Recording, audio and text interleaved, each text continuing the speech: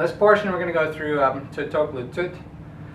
This is kind of, again, there's all these different ways to look at a step as a kick, and a kick as a step in the stream of lanka. Lanka is the starting point, lanka satu dalam.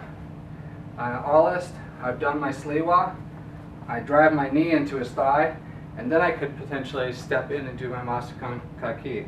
I could counter, I could check, I could exchange, and all of that could happen while I'm doing tutok lutut and masukan lutut. So, or I could just jam. Okay, that is tutok lutut dua.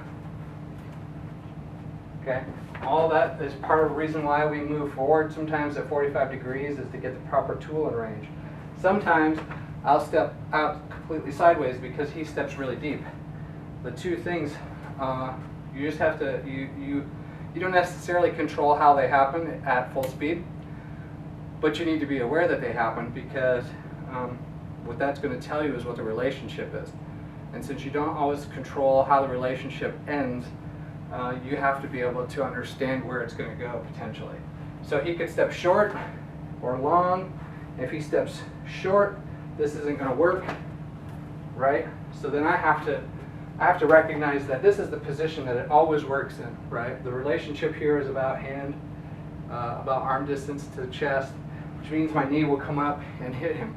So if I don't have that, well, there's no sense in me doing this, right? It's not going to work.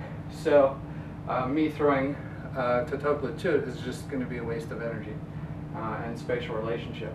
So we need to have a range and understanding of the proper tools, understanding of the relationship, and that's what all these various applications give us. It's like, how do we figure out, how do we solution what's there when it doesn't go the way we think it should? And that's tutok lutut.